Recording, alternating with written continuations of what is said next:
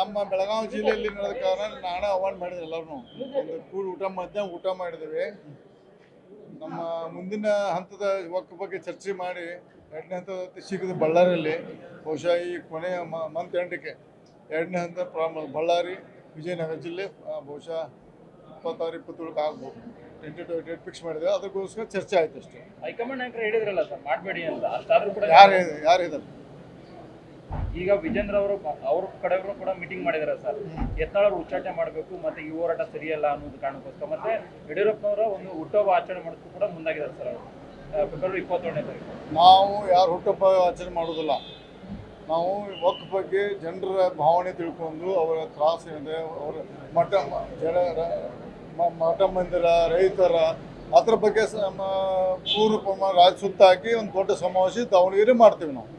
ಇಷ್ಟೀಗ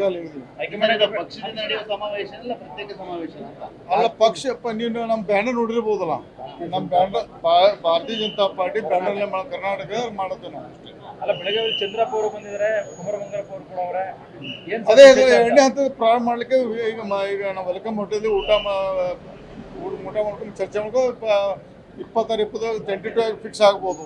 ಒಂದು ಸ್ವಚ್ಛ ಕಡಿಮೆ ಆಗ್ಬೋದು. 2ನೇ ಹಂತ ಪ್ರಾರಂಭ ಮಾಡ್ತೇವೆ. ಹೈಕಮಾಂಡ್ ನಾಯಕರು ಭೇಟಿ ಮಾಡಿದ್ರು ಸರ್, ಏನು ಹೇಳಿದ್ರು ಸರ್?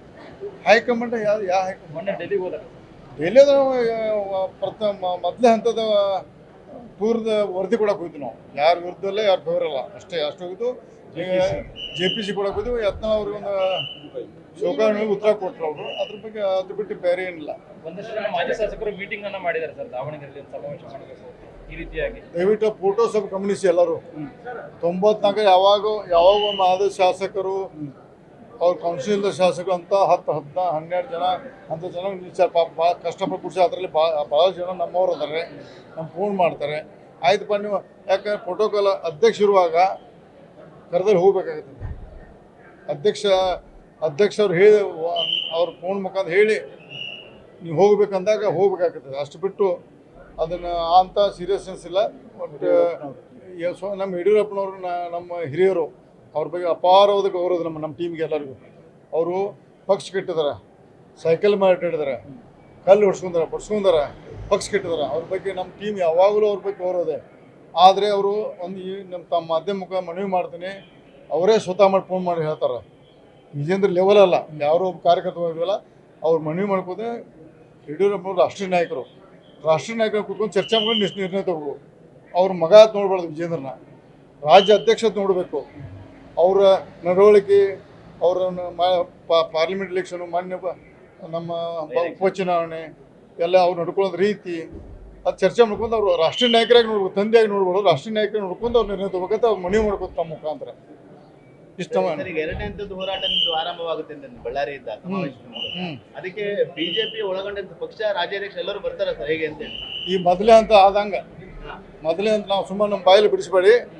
ನಾವು ಮೊದಲೇ ಹಂತ ಹೆಂಗೆ ಮಾಡೋದು ಹಂಗೆ ಮತ್ತೆ ಇದು ಹೇಳಿ ನಾವು ಸರ್. ಇನ್ನೊಂದು ಫೋಟೋ ಸರ್, ವಿಧಾನಸಭೆಯಲ್ಲಿ ಯತ್ನಾಳ್ ಮತ್ತೆ ವಿಜೇಂದ್ರ ಅವರು ಮುಖಾಮುಖಿ ಆಗಿದ್ದು ಒಂದು ಚರ್ಚೆ ಆಗ್ತಾ ಇದೆ ರಾಜಕೀಯ ವಲಯದಲ್ಲಿ. ಇಬ್ರು ಕೂಡ ಒಂದಾದ್ರು ಅನ್ನೋ ಒಂದು ವಿಚಾರ ಸರ್.